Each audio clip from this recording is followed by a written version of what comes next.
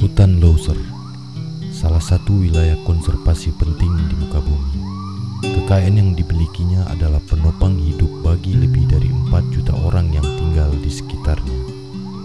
Luasnya yang mencapai 2,6 juta hektar adalah rumah bagi satwa khas Pulau Sumatera. Dunia internasional mengakui kekayaan dan keunikannya, hingga menyematkannya dengan status tempat tak tergantikan di dunia. Kekayaan dan kemuliaan hutan Leuser inilah yang akhirnya melahirkan beragam kepentingan dari banyak pihak, baik masyarakat, pemerintah, akademisi hingga swasta. Beragam kepentingan ini harus mampu disinergikan dengan kepentingan ekologi dari hutan Leuser itu sendiri, sehingga fungsi dan jasa lingkungan hutan Leuser terpelihara dan berkelanjutan.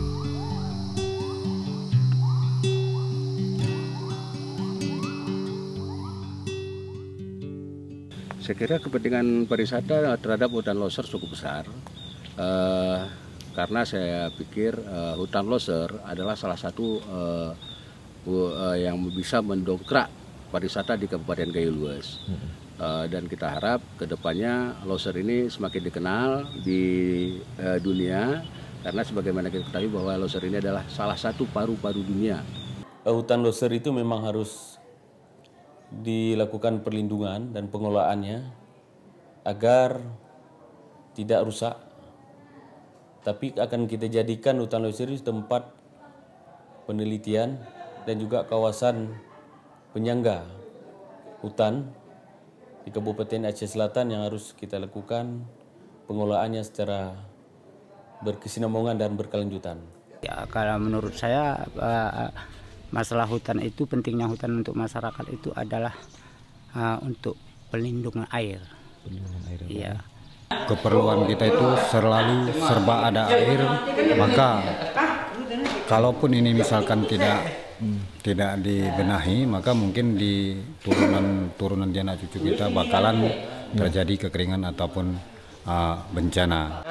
Salah satunya kan kalau hutan ini kalau nggak kita bilang penting itu, kalau nggak kita jaga bisa jadi apa sama kita, bisa jadi bencana untuk masyarakat.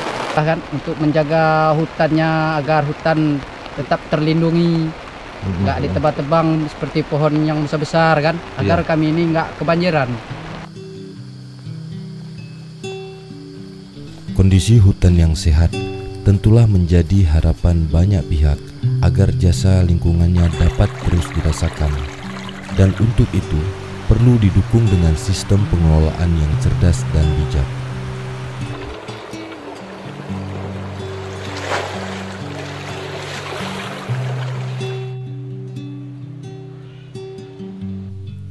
Hutan Leuser saat ini mengalami tekanan yang cukup tinggi dengan aktivitas pembakaran hutan, penebangan, perburuan satwa, pertambangan,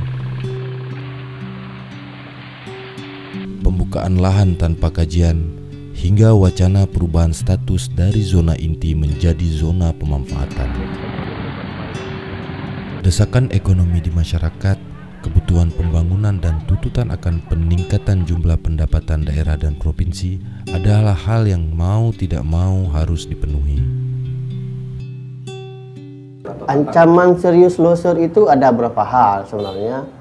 Yang pertama, di daerah kawasan Leuser itu ini ancaman masa depan sebenarnya.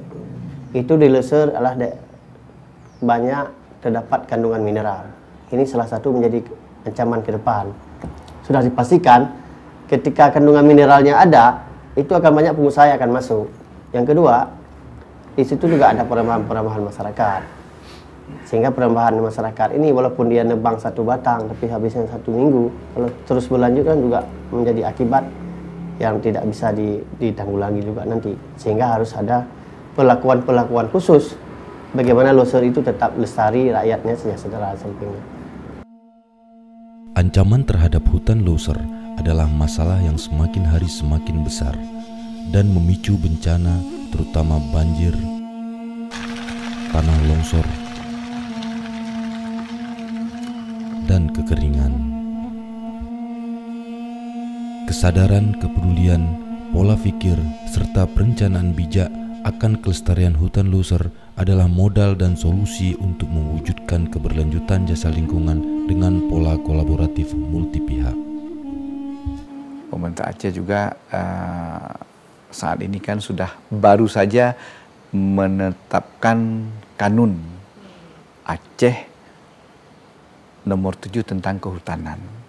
Ya, di mana di situ di antaranya yang paling mendasar terkait dengan kelestarian ekosistem loser ini, kelestarian hutan adalah penyelesaian konflik-konflik tenurial, ya, guna mempertahankan keberadaan kawasan hutan yang ada agar bisa terkelola dengan baik secara lestari, baik lestari secara ekologi maupun lestari secara ekonomi. Kalau secara hukum kita proses semua masyarakat yang melakukan perambahan di dalam kawasan, berapa banyak masyarakat yang harus kita masukkan ke dalam lembaga permasyarakatan. Jadi salah satu alternatif pemerintah Aceh yaitu dengan melakukan kemitraan atau kerjasama. Jadi masyarakat sebelum menandatangani kerjasama, mereka harus kita ikat dulu dengan suatu pernyataan bahwa mereka mengakui lahan yang selama ini mereka garap, mereka kuasai itu adalah benar-benar adalah kawasan hutan,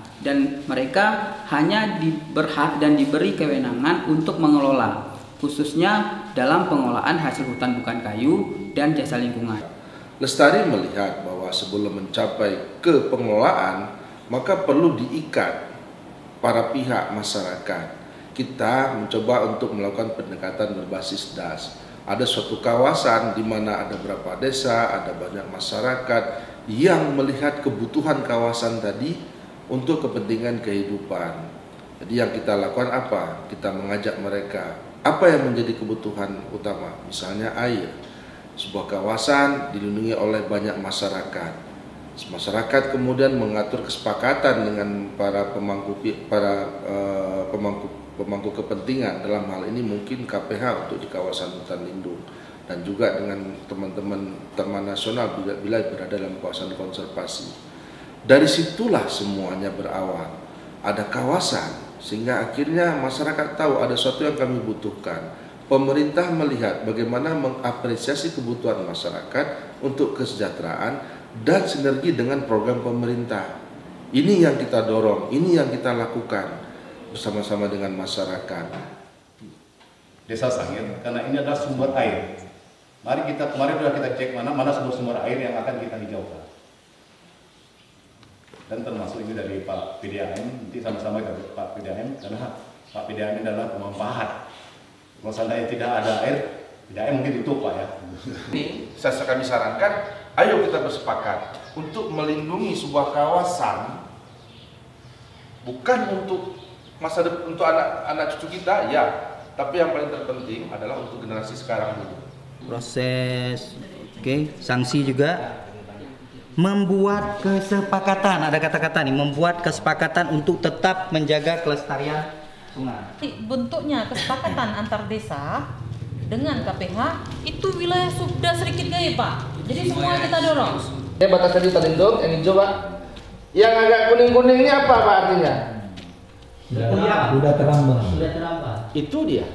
Nah ini sekarang nanti ke depan kita prioritaskan, misalnya untuk kerjasama dengan KPH, bagaimana ini mengelola. Syaratnya si pengelola harus mengakui bahwa ini adalah kawasan punya negara. Dengan pernyataan. Jadi kesepakatan yang kita buat ini adalah rumah untuk membangun pola kemitraan atau perhutanan sosial atau kerjasama antara masyarakat dengan pengelola kawasan hutan, itu adalah KPH. KPH 5 saya kira setuju tadi ya? Setuju kan? Setuju. Nah nanti kita buat formatnya, format dia kan nanti ada judul, ada isinya, kemudian ada penanda tangannya. Jadi penanda tangan nanti berarti desa-desa yang setuju.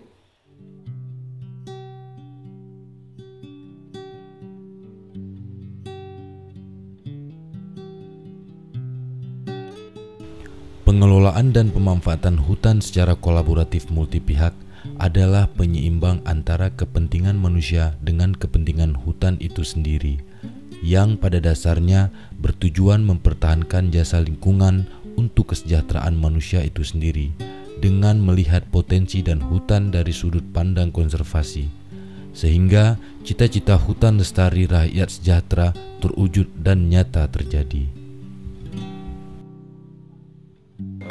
Mimpi lestari itu simpel saja. Saya sering menggambarkannya pada sebuah gambaran umum. Ada hutan yang hijau, ada air yang jernih, kemudian ada alam atau yang nampak cerah. Itu menunjukkan apa? Mimpi kita itu hanya sejahtera. Kesejahteraan itu tidak hanya milik masyarakat, tapi juga kesejahteraan milik makhluk yang ada di muka bumi. Dan ini yang sebenarnya yang kita mimpikan dari awal. Satu lagi adalah perubahan. Perubahan apa? Perubahan perilaku, perubahan dalam pola pikir, perubahan bahwa melihat hutan itu punya nilai penting, bahwa hutan itu punya nilai ekonomi, bahwa hutan itu punya nilai ekologi. Kalau kita bisa meramunya, kalau kita bisa membuat formula yang baik, maka tidak ada cerita kesejahteraan manusia, kesejahteraan makhluk yang ada, yang tinggal di dalam kawasan hutan itu akan bisa terlaksana. Simpel sebenarnya, antara ekologi dan ekonomi yang bisa seimbang, maka saya percaya itu akan menjadikan kesejahteraan para pihak. Hutan loser ini dapat dikelola secara berkesinambungan dengan melibatkan partisipasi masyarakat yang seluas-luasnya, sehingga masyarakat merasa memiliki bahwa hutan loser ini adalah hutan kita yang harus kita jaga dan kita lestarikan. Pengamanan swakarsa masyarakat inilah yang kita dorong ke depan, sehingga masyarakat yang merasa memiliki hutan, bukan kita merasa, tapi masyarakat bagaimana dia merasa memiliki hutan dan dia akan menjaga hutan. Kita selaku abdi negara hanya memberikan motivasi dan pencerahan-pencerahan kepada masyarakat, sehingga mereka punya mindset sendiri. Kalau ini sudah berhasil, saya rasa insya Allah loser itu akan aman. Masyarakat setempat harus diberi ruang dia untuk bisa memperoleh nilai-nilai manfaat bagi kepentingan mereka, dan pemerintah dan masyarakat internasional harus juga memperhatikan agar masyarakat ini yang menjadi ujung tombak yang jaga kawasan ekosistem loser ini, yang jaga Taman Nasional Loser ini, juga bukan justru harus keluar, tapi melibatkan mereka agar mereka bisa hidup layak, kaya mereka dalam artian kaya hati, bisa menyekolahkan anaknya, sehingga generasi berikutnya sudah menjadi generasi yang memang sangat paham tentang pentingnya ekosistem loser ini. Kalau ini sudah terjadi, ya alhamdulillah, saya kira hutan kita akan lestari. Kelangsungan hutan loser saat ini sangat tergantung pada pengetahuan, kesadaran, kepedulian dan sikap dari semua pihak. Kebijakan pemerintah yang membuka ruang dan mendukung keseimbangan antara kepentingan manusia dengan kepentingan alam adalah nilai positif bagi masyarakat dalam memenuhi kebutuhan hidup sehari-hari. Karena sebenarnya pelestarian terhadap nilai ekonomi dan ekologi hutan itu semata-mata bertujuan untuk menjamin kesejahteraan masyarakat hari ini, esok, dan di masa yang akan datang. Salam lestari.